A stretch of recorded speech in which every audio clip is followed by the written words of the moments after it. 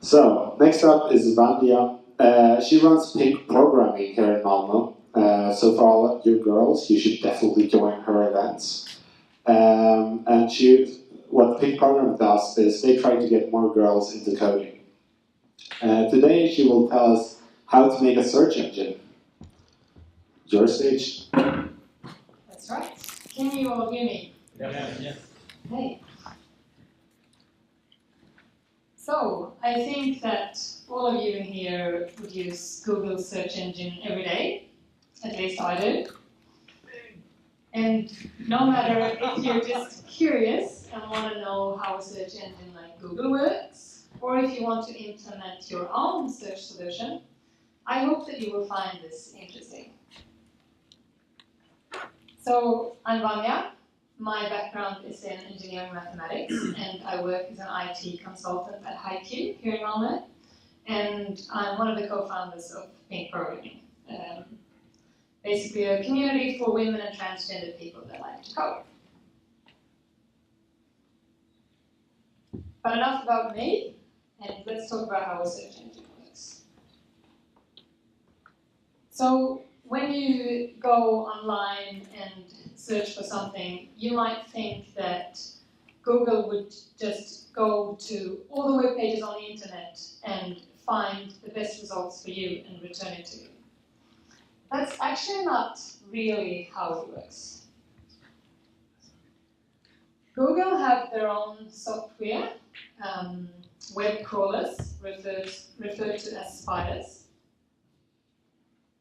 And a spider would go into first one web page and it would crawl the content, basically just scan the content of the web page, and then it would say, okay, does this web page have any links?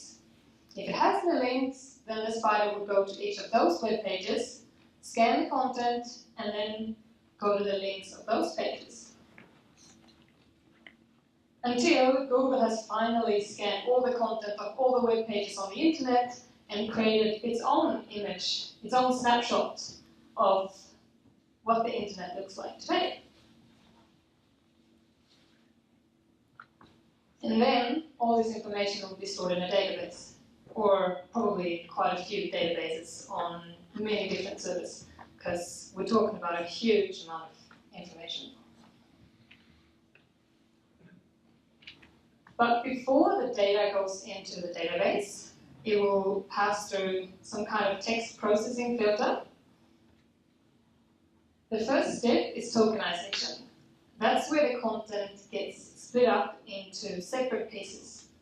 So nice weather would get split into the term nice and the term weather.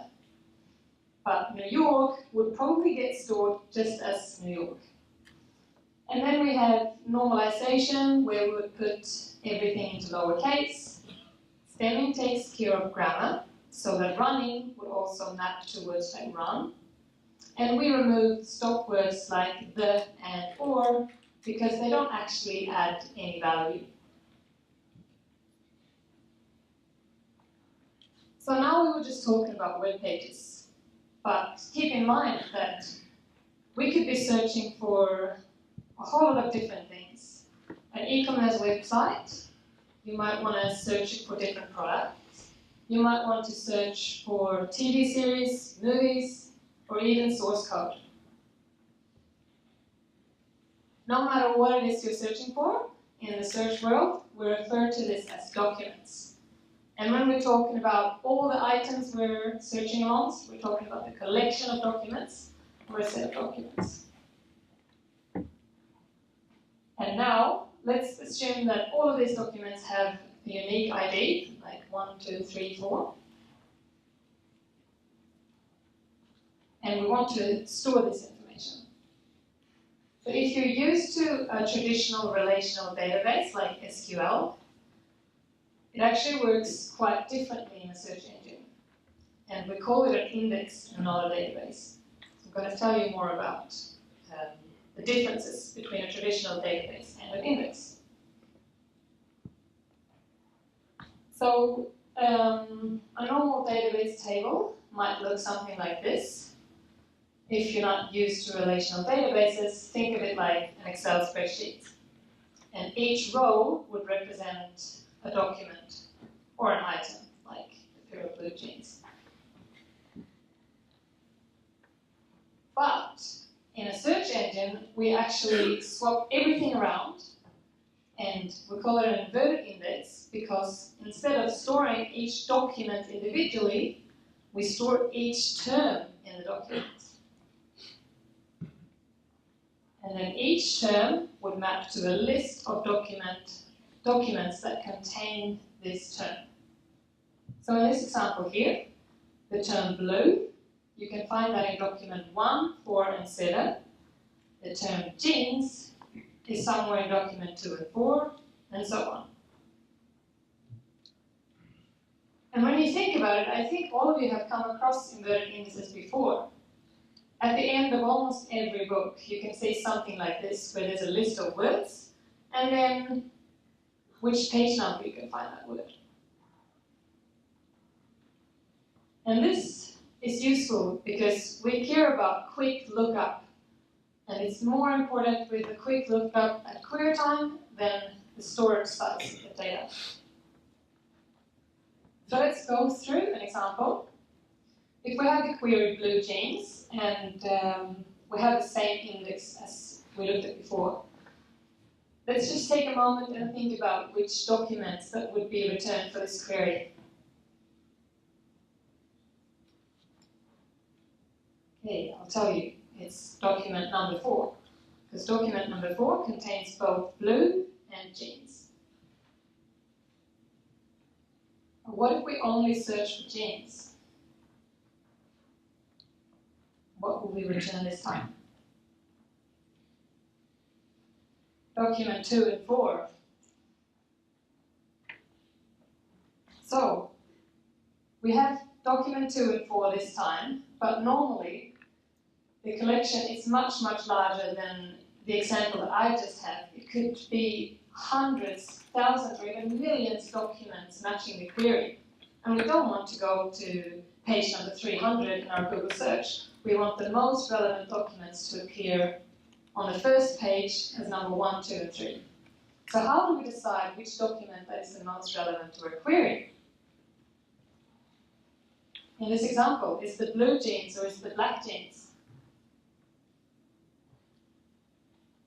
So in order to decide, we need to define some sort of similarity between the query and each of the documents in the collection that we're searching. So we need to define some kind of score, and the higher the score, the more relevant the document is. A very common way to define this similarity score, and a very intuitive way, is to use term frequency. So basically, the more often the term occurs in a document, the more important the document is. I'm sure you all have seen different web pages where people put in keywords everywhere because they want the term frequency to go up so that they can appear higher in the Google ranking. There are many different ways to define this similarity score. Me, having a background in mathematics, think that it is super fascinating that linear algebra can be applied to a real-world problem, like text processing. That's why I would like to show you the vector space model, which can be used to define similarity. And the way it works is that you need to represent the query and all of the documents as vectors, and then you measure the angle between them. So the smaller the angle is, the closer the vectors are to each other.